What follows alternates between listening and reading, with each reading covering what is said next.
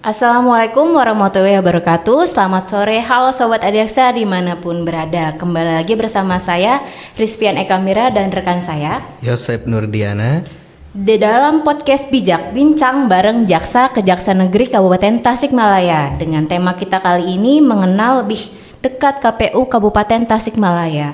Sore ini Sobat Adiaksa sudah hadir bersama kita salah satu pembicara dari KPU Kabupaten Tasikmalaya. Beliau adalah Ami Imron Tamami, SPD sebagai Ketua KPU Kabupaten Tasikmalaya. Selamat sore Bapak, apa kabar? Selamat sore, alhamdulillah baik. sehat Pak? Alhamdulillah. Ya, sedang sibuk-sibuknya ya Pak? Ya, sekarang menjelang pemilu ya? Menjelang udah dekat. Baik Pak, biar Sobat Adiaksa tahu itu alangkah baiknya Bapak bisa memperkenalkan diri Pak. Ya, siap-siap Pak. Ya, perkenalkan untuk sahabat Adiaksa ya. Sobat Adiaksa, perkenalkan nama saya Ami Imron Tamami selaku Ketua KPU Kabupaten Tasikmalaya. Saya beralamat di Kampung Jayawangi, Kecamatan Salopa, Pak. Jauh juga ya, Kidul, Pak. Pak Kidulan, Pak Kidulan, Pak. Asli Kabupaten Tasikmalaya. Asli Kabupaten Tasikmalaya. Adapun untuk pengalaman di kepemiluan untuk menjadi ketua itu saya baru 1 bulan Pak, dilantik pada tanggal 30 Oktober yang lalu. Masih baru ya. Kemudian sebelum ke KPU saya sebagai Panwaslu Kecamatan Salopa itu dari tahun 2018 dari pemilihan gubernur. Kemudian udah beberapa kali masih tetap di Panwaslu Kecamatan Salopa, yaitu pada pemilu 2019, kemudian di Pilkada 2020, dan kemarin sebelum KPU juga sebagai Panwaslu Kecamatan Salopa. Dan alhamdulillah 1 bulan ini sebagai KPU Kabupaten Tasikmalaya. Tapi pengalamannya lebih banyak di Panwas ya Pak ya? Ya, kalau di Panwascam. Jadi bukan hal yang baru juga ya Pak ya untuk untuk di KPU sendiri ya Pak ya? Sebenarnya hampir sama sih. Hampir sama ya. Kemarin di Panwas itu lebih kepada mengawasinya, kalau sekarang sebagai pelaksana ya Pak ya? Iya, tahapan-tahapan gitu. Pak Ami, ini biar tahu Sobat Adiaksa ya untuk tugas dan fungsi KPU Kabupaten Tasikmalaya secara umum kayak gimana sih Pak? Ya. Untuk tugas dan fungsi KPU Kabupaten, khususnya Kabupaten Tasikmalaya, secara umum yaitu melaksanakan semua tahapan penyelenggaraan pemilu di Kabupaten Tasikmalaya, mulai dari perencanaan, kemudian daftar pemilih, terus pendaftaran peserta pemilu yaitu partai politik, verifikasi partai politik, pencalonan partai politik, terus kampanye, terus distribusi logistik, dan terakhir pemungutan dan perhitungan suara. Itu kalau dari tahapannya. Selain itu juga tugas fungsinya yaitu memastikan bahwa penyelenggaraan pemilu di Kabupaten Tasikmalaya khususnya itu berjalan dengan lancar gitu. Nih Pak, untuk struktur organisasi sendiri Pak di KPU? Untuk struktur organisasinya itu yang pertama, kalau di kita ya itu yang 5 orang, itu ada ketua, saya sebagai ketua. Itu ketua itu memegang divisi keuangan umum dan logistik, kemudian dan rumah tangga ya. Kemudian ada divisi yang 4 itu. Yang pertama ada divisi sosialisasi pendidikan pemilih, partisipasi masyarakat dan SDM. Yang ketiga divisi perencanaan data dan informasi. Kemudian yang keempat divisi teknis, dan yang kelima divisi hukum dan pengawasan. Banyak juga ya. Banyak juga, ya, ada lima divisi. Ini kalau ini untuk komisionernya sendiri kan Pak masih baru ya. Ya, bisa siapa aja baru. sih Pak? Untuk komisionernya pertama sayanya sebagai ketua, terus untuk divisi sosialisasi pendidikan pemilih, Parmas dan SDM itu ada Kang Cecep Hamzah Pansuri, itu dari Sukarame. Kemudian untuk divisi perencanaan data dan informasi itu ada Bu Intan Paramita Sutiswa, itu dari Puspahyang alamatnya. Kemudian untuk divisi teknis itu Pak Yugastiana Ainul Yakin, itu dari Ciawi. Kemudian yang terakhir Divisi Hukum dan Pengawasan itu Pak Ade Abdullah Sidik dari Cikalong. Itu ya. Jauh-jauh juga Ya, gitu berbeda pelatannya. ya, merata sebenarnya, ada yang dari selatannya, iya, ada yang dari timurnya itu. Wah, itu menarik juga sih Pak. Ini kan banyak divisi ya, Pak. Ya. Untuk divisi keuangan Pak, divisi keuangan umum dan logistik itu Ya. tugasnya gimana Pak itu Pak? Untuk tugasnya untuk divisi keuangan umum dan logistik itu ada administrasi perkantoran, rumah tangga dan kearsipan, itu tugasnya, terus protokol dan persidangan.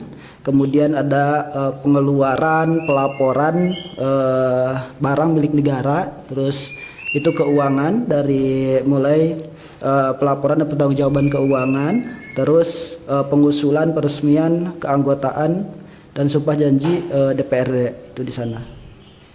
Divisi keuangan umum Divisi dan keuangan logistik, itu banyak juga ya tugasnya Pak ya. Tugasnya banyak juga. Terus ada juga ya Pak barusan disebutkan divisi sosialisasi partisipasi. Masyarakat dan SDM ya, Pak. Iya, itu seperti apa Pak itu? Ya, tugasnya itu yang pertama hubungan masyarakat, saya sudah pasti di sana hubungan masyarakat, terus sosialisasi juga, termasuk sosialisasi supaya meningkatkan partisipasi masyarakat untuk kepemiluan.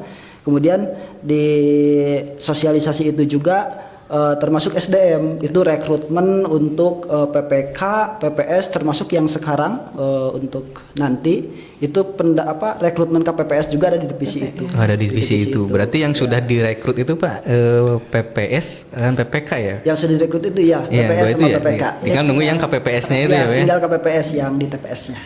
Ada lagi Pi ini yang Untuk divisi tupoksi divisi penyelenggaraan pemilu dan hubungan masyarakat Pak. Ya. Yang itu yang barusan sudah di Oh iya, berarti untuk hukum dan divisi pengawasan. hukum ya, divisi hukum. Dan pengawasan. Kalau divisi hukum dan pengawasan itu tugasnya adalah mengenai hukum, itu mengenai penyusunan hukum, penyusunan rancangan keputusan, itu penyusunan di sana, terus telaah hukum juga ada di sana di hukum. Kemudian dokumentasi dan publikasi hukum itu ada JDIH namanya, JDIH ya. KPU itu sama di divisi hukum. Terus penanganan apabila ditemukan adanya pelanggaran administrasi misalkan atau etik yang dilakukan oleh penyelenggara pemilu, oleh PPK, oleh PPS, itu ditanganinya di divisi hukum dan pengawasan. Ya, Itu kan ada JDIH Pak, itu biasanya berhubungan dengan apa dokumen itu apa Pak? Ya, informasi ya? Ya, kalau JDIH di sana biasanya dengan keputusan-keputusan KPU itu di sana. Di sana itu. Jadi kalau misalkan Sobat Adi Aksa yang ingin tahu itu biasa dilihat di bisa dilihat JDIH di JDIH ya? ya, di JDIH itu. JDIH KPU Kabupaten Tasikmalaya. Untuk divisi barusan saya dengar tuh divisi program apa ya? Divisi program dan informasi. Ya. Program data dan informasi. Data dan informasi itu? Ya, untuk data dan informasi itu perencanaan data dan informasi. Yang pertama itu merencanakan, untuk perencanaan misalkan perencanaan untuk pilkada yang di daerah ya, perencanaan untuk pilkada. Terus tugasnya publikasi informasi. Terus yang paling biasanya itu yang pekerjaannya cukup berat di divisi itu adalah pemutahiran data pemilih. Oh, itu yang paling berat itu yang paling berat, itu kan pemutahiran data pemilih itu persoalannya sudah cukup rumit gitu ya. Tahapan-tahapan itu lama juga ya Pak. Lama juga ya? Dari awal bahkan sampai hari ini mereka masih bekerja untuk pemutahiran data pemilih, khususnya ada daftar pemilih tambahan mengenai pemilih-pemilih yang mau pindah memilih itu tetap sekarang dilakukan pendataan. Dan ada juga istilahnya DPK, daftar pemilih khusus, itu bagi para pemilih yang sudah memenuhi syarat tapi belum masuk ke daftar pemilih, itu bisa masuk di DPK. Itu contohnya seperti apa Pak ya? Anak sekolah atau misalkan Pak? yang berumur 17 tahun gitu kan. Misalnya untuk DPK itu adalah warga negara Indonesia yang sudah memenuhi syarat, dia sudah 17 tahun atau sudah pernah menikah, tapi waktu pendataan DPT itu tidak terdaftar, sehingga tidak masuk ke daftar pemilih tetap. Nah, mereka tetap bisa memilih. Nah, sekarang lagi didata itu. Lagi ya, biar lebih akurat ya Pak ya informasinya. Tapi masuknya nanti kategorinya tidak masuk ke DPT tapi DPK, daftar pemilih khusus. Daftar pemilih khusus tuh. Daftar pemilih khusus. Pak Ami, ini kan sebentar lagi mau pelaksanaan pemilu nih. Iya. Bagi KPU sendiri tuh dasar hukum pelaksanaan pemilihan itu apa sih Pak? Ya. Untuk dasar hukum penyelenggaraan pemilu di 2024 yang pertama itu undang-undangnya Undang-Undang Nomor 7 tahun 2017. Kemudian kita juga setiap tahapan itu ada peraturan KPU, PKPU itu ada diatur di PKPU. Kemudian secara teknis juga biasanya ada pedoman teknis yang diterbitkan oleh KPU. Itu yang menjadi dasar hukum kita setiap penyelenggaraan tahapan pemilu 2024 ini. Sobat Adiaksa ingin tahu nih Pak, untuk jumlah penyelenggara dan masa kerja penyelenggara pemilu 2024 nih di Kabupaten Tasikmalaya, kayak kan ada PPK, ada PPS dan KPPS Pak. Ya, untuk jumlah penyelenggara di Kabupaten Tasikmalaya, sahabat Adiaksa ini banyak juga itu ya. Itu pertama untuk KPU itu ada 5 orang yang sudah tadi dibahas untuk KPU. Kemudian di PPK itu ada 5 kali 39 kecamatan, berarti 195 orang. Itu untuk di tingkat kecamatan PPK. Ya, banyak lebih. Banyak itu. Kemudian untuk di tingkat desa itu ada 3 orang kali 351 berarti 1053 orang. Itu 1053 orang. Ya, itu untuk tingkat desa PPS, ya? PPS itu ya disebutnya ya. Disebutnya PPS. Kemudian yang kita sebentar lagi mau rekrut itu yang paling banyak itu KPPS. KPPS itu setiap TPS ada 7 orang ditambah pengamanan hanya 2 orang itu dari Hansip biasanya. Berarti kan ada 9 orang. 9 kali jumlah TPS 5096. Berarti itu ada 45.864 anggota KPPS. Banyak. Jadi kalau juga ya, banyak ya? Sangat banyak. Kalau di total berarti penyelenggara di Kabupaten Tasikmalaya nanti pada pemilu 2024 itu mencapai 47.120 orang. 47.000. 47.000. Sebanyak itu orang. Itu kalau KPPS Pak itu biar sobat Adiaksa tahu itu ya bertugas di TPS di ya Pak TPS ya. TPS. PPK itu yang di tingkat kecamatannya, kemudian PPS di tingkat desa dan KPPS itu untuk di TPS. Kemudian tadi masalah masa kerjanya ya Bu. Ya, masa kerja Pak itu Pak. Masa kerja itu kalau PPK yang sekarang ini ada 15 bulan, namanya 15 bulan. 15 masa bulan kerjanya ya, itu kan ad hoc ya. Kemudian untuk PPS itu 14 bulan dan nanti yang KPPS itu yang paling banyak itu 1 bulan untuk 1 bulan paling banyak, tapi masa kerjanya cuma sebentar ya Pak ya. Karena hanya melaksanakan pemungutan dan perhitungan suara ya. Untuk ini Pak, jumlah DPT Pak yang ada di Kabupaten Tasikmalaya itu sekitar berapa Pak itu Pak? Kalau jumlah DPT-nya kita itu ada 1.423.477 itu pemilih itu ya itu di DPT. Itu yang tersebar di 5.096 TPS Kabupaten Tasikmalaya. Kalau untuk DCT-nya Pak? DCT ya, untuk DCT DPRD Kabupaten Tasikmalaya itu ada 573 calon legislatif. Ya, untuk DPRD Kabupaten Tasikmalaya. Pak Ami, itu untuk 573 DCT itu untuk memperebutkan berapa kursi Pak di DPRD itu Pak? Oh ya, ya dari 573 tadi yang saya sebutkan yang ditetapkan sebagai DCT itu berasal dari 15 partai politik itu. Sebenarnya kan kita ada 18 partai politik, tapi yang mengajukan calon itu ada 15 partai politik. Itu yang diperebutkannya ada 50 kursi. Dari 573 itu bertempur ya. Hanya 50 kursi. Iya. Itu yang memperebutkan suara itu ya. Yang tersebar di 7 dapil untuk di Kabupaten tersebar di 7 dapil. Ya, tersebar di 7 dapil untuk di Kabupaten Tasikmalaya. Nah, untuk sekarang Pak, KPU sendiri sekarang yang tahapan yang sedang dilaksanakan Pak berjalan tuh apa sih Pak? Untuk tahapan yang sekarang lagi berjalan, yang pertama tadi yang saya sebutkan mengenai data pemilih itu masih tetap berjalan, yaitu melakukan pendataan di daftar pemilih tambahan, yaitu bagi orang-orang yang mau pindah memilih itu.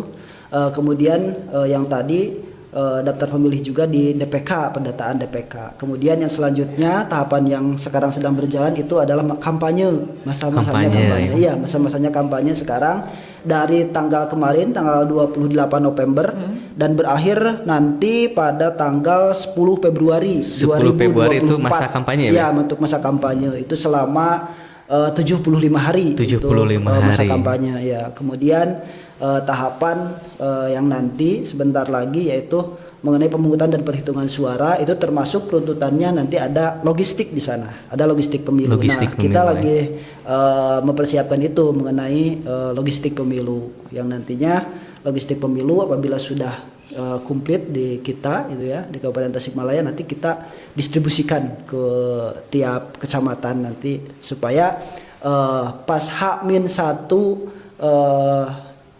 pemungutan dan perhitungan suara itu udah sampai di TPS. Jadi sampai saat ini Pak untuk logistik baru diterima apa aja ya, Pak?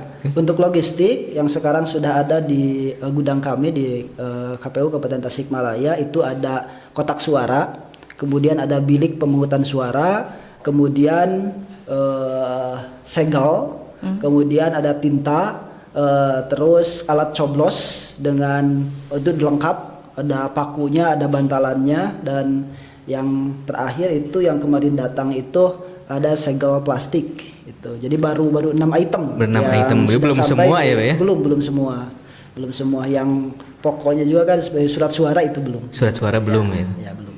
Untuk target partisipasi pemilih pada pemilu 2024 di Kabupaten Tasikmalaya ada berapa sih Pak? Ya, untuk target sendiri untuk partisipasi, karena kan yang kemarin yang pemilu sebelumnya itu di angka 73 ya untuk 73. partisipasi di Kabupaten Tasikmalaya. Nah, target kita ke sekarang untuk pemilu 2024 itu ya ada peningkatan berapa persen, Pak? minimal dua angka aja. Oh, dua angka. Dua angka aja ya. Ke angka 75 gitu ya. Yang penting ada peningkatan ya Pak ya? Syukur-syukur bisa sampai ke angka 80. 80. Udah ini ya Pak, kalau 80 udah maksimal. Udah ya, Pak? maksimal. Bahkan kemarin juga kan kita sampai menyelenggarakan kirab pemilu namanya itu ya. Kirab pemilu. Kita sosialisasi langsung ke tempat-tempat masyarakat, ke pasar, ke pesantren, ke SMA, terus ke wisata, tempat-tempat wisata. Itu salah satunya ikhtiar kita supaya partisipasi masyarakat ini naik gitu ya. Bertambah ya Pak ya. Ya syukur-syukur ya. tadi sampai 80. bisa 80. Jadi mudah-mudahan masyarakat mengetahui gitu Tahu ya kalau Ya, ada partisipan. dengan adanya kirab pemilu itu kan. Iya, supaya mengajaklah kepada Iya, masyarakat mengajak, untuk ya. sama-sama nanti di 14 Februari itu datang ke TPS TPS ya, menyalurkan menyalurkan pilihnya. hak pilihnya. Mudah-mudahan sahabat Adiaksa nanti juga kan yang menonton di sini mudah-mudahan nanti ikut juga mensosialisasikan gitu ya gitu. kepada masyarakat luas. Bagi ini Pak, kembali ke TPS nih Pak, ini kan sedang rekrutmen atau anggota KPPS ya Pak ya? Ya, anggota KPPS. Barangkali nih Pak kan Sobat Adiaksa juga ada yang Berminat gitu, berminat Pak. Itu syaratnya apa aja Pak itu? Ya, untuk sahabat Adiaksa yang berminat gitu ya gabung di penyelenggara khususnya nanti di KPPS, syarat-syaratnya yang pertama itu berusia 17 tahun. Itu syaratnya. Terus warga negara Indonesia tentunya, warga negara Indonesia sudah berumur 17 tahun, berpendidikan paling rendah itu SMA, SLTA ya, SLTA. Terus usia juga untuk sekarang sih bukan ini sih untuk jadi paling tinggi itu diutamakan paling tinggi itu 55 tahun. Maksimal 50 tahun. Maksimal. Tapi itu diutamakan sih sebenarnya diutamakan. Jadi sebenarnya masih bisa tapi ya diutamakan usia itu sampai 55 tahun. Kalau minimalnya berapa Pak? Minimalnya 17 tahun. 17 tahun. 17 tahun untuk usia minimalnya. Terus sudah pasti nanti setia kepada Pancasila itu ya, perundang-undangan, terus mempunyai integritas khususnya di penyelenggaraan, dan ini penting juga tidak menjadi anggota partai politik. Dan jika pun pernah menjadi anggota partai politik itu sudah 5 tahun yang lalu. Oh, sudah 5 tahun yang lalu. Jadi kalau untuk sekarang bukan sebagai anggota partai politik Bukan ya, Pak? sebagai anggota partai politik karena netralitas itu sangat penting gitu ya. Jadi Untuk pekerjaannya Pak yang mau daftar ke PPS? Apa aja Pak? Apa Boleh? aja? Atau gimana? ya bisa-bisa aja walaupun PNS juga bisa. Oh, PNS Untuk juga menjadi- bisa ya? ya, boleh. PNS Barangkali juga itu bisa. Bu Rispi mau jadi petugas KPPS. Boleh. Boleh. Jadi tidak dibatasi ya, Pak, dan untuk dibatasi pekerjaan ya? pekerjaan. Dan termasuk nanti karena ada surat kesehatan dari dokter itu sehat rohani dan jasmani itu sangat penting itu untuk nanti menjadi anggota KPPS. KPPS. Ya. Nah, Sobat Adiaksa, kita sudah sama-sama nih mendengarkan tentang apa itu tupoksi KPU, ada apa aja sih divisinya, jumlah DPT, DCT, dan pada pemilu 2024, serta petugas KPPS ya Pak ya. Untuk penutup podcast kali ini Pak, adakah tambahan informasi lain yang dapat disampaikan ke Sobat Adiaksa? Sahabat Adiaksa, untuk pemilu 2024 harapan kami penyelenggaraan pemilu ini berlangsung terlaksana sesuai dengan asas dan prinsip-prinsip penyelenggaraan sesuai dengan Undang-Undang 7 2017 yaitu langsung, umum, bebas, rahasia dan jujur dan adil.